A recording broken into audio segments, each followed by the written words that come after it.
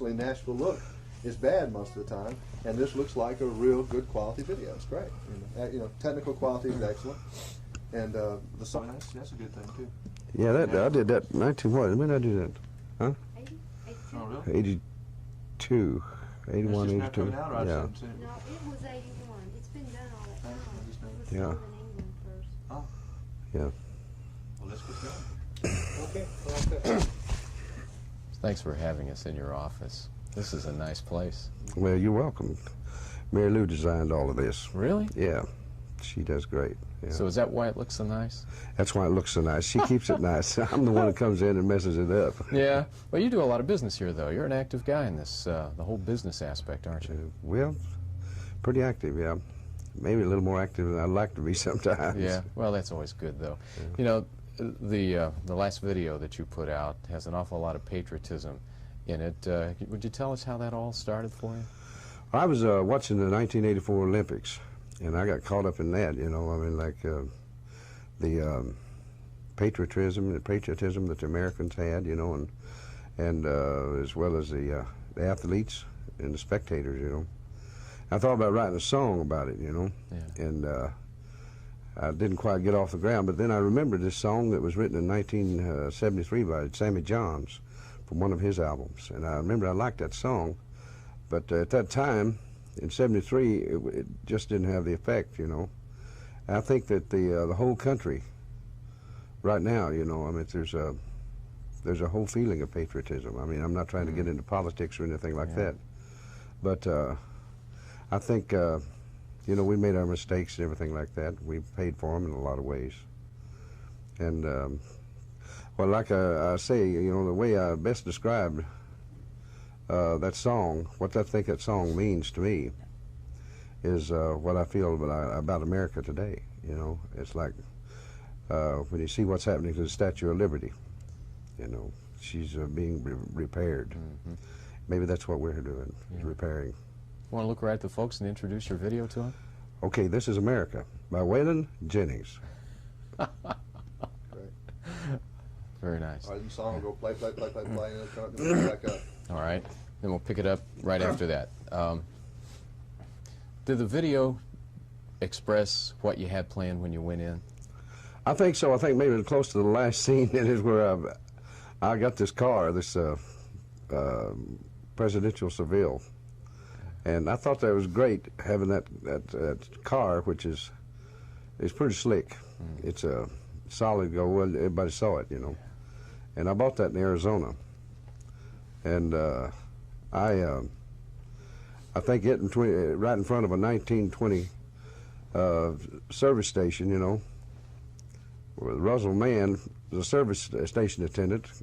He's a good friend of mine, and I think that described it. That's kind of American dream. Yeah. Yeah, there's a lot of it I really liked, you know. I really love the scenery, you know, like the Arizona desert, the Painted Desert, and the Monument Valley things, and of course Niagara Falls, and the fields of flowers, you know. And I like the little boy playing football. He reminded me of my little boy shooter. That's neat. You're a patriotic person, as we know very well by now. Are you emotionally moved easily by your thoughts of the country? I think so, yes. I like, I mean, I really liked what happened at the Olympics, you know. I mean, the way I think everybody did, you know, everybody I've talked to.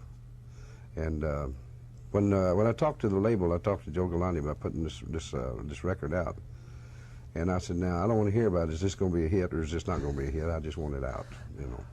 And so I think he felt about the same way I did about it, you know. Well, you've come a long way since the first time you walked in the door at RCA, and you've been able to make a statement like that and have it go a long way. As you reflect over where you've come all that time, you know, does some things stand out to you? I'm happier now than I've ever been. I'm happy with RCA, and I think they're pretty well happy with me, and we get along good. You got to be on the CMA show this year. Was that a big one for you? A CMA show, you know, CMA and I, we haven't, see, I don't even pronounce it very well. We haven't agreed for a long time, you know, on a lot of things. But, you know, I was on Miller and Company, and we talked about the voting procedure. And I think it was the next day they got together and they changed their voting procedure. And I think it's much more, it's fairer now, you know.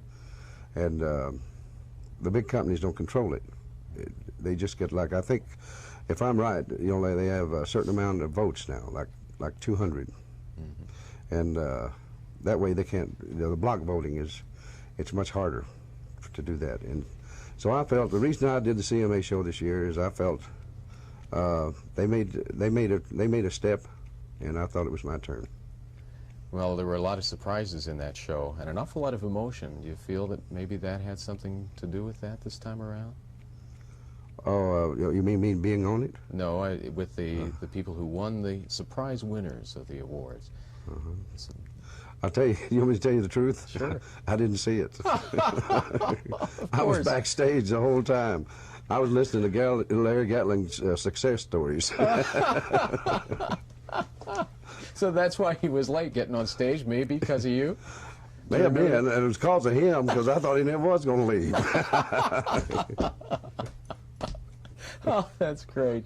But, you know, Gatlin says that he doesn't pay much attention to what's going on the radio every day because he doesn't want that influencing him. Are you that kind of person, too? Well, I was that kind of person first. Oh. No, now, you know what? I listen very little, you know, to the radios. I mean, and he's right. That does influence you. I think it would, and I don't listen to try to find trends or anything like that. I just try to find good songs. So you're saying that everything that's happened to you has just happened, not necessarily reflecting somebody else's attempt. I tell you what, I just started to let the music carry me where it take me to where it goes, you know. Do you write? And I've, you know, I don't try to. When I cut a song, I don't say, "Oh, that sounds like a pop hit," or "That sounds like this, that, or another."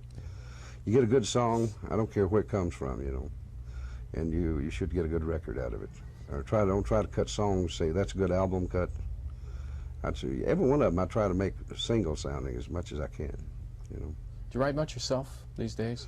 I haven't written in a while, but it's going to come back around. I've been going through some changes in my life, you know.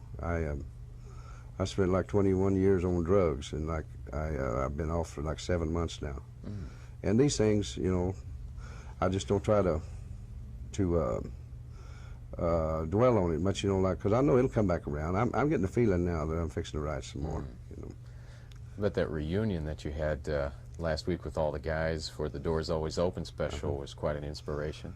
It really was. I'll tell you what was great. There was a time when someone who was straight and not on drugs or alcohol would have been the outsider, and it was just reversed this time. I mean, anyone that had come in there on drugs or on, you know, or drunk, he would have been the outsider.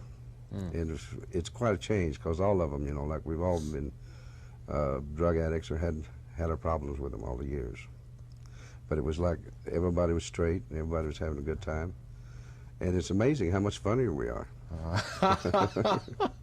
And how much better time we had, you know? Oh, that's great.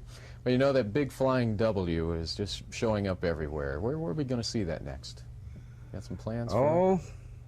You seen it at the house? No, I haven't. Well, I got it over, you know, I got an arch over my gate. You do? And it says, it's got the big flying W, and inside it says Southern Comfort, you know.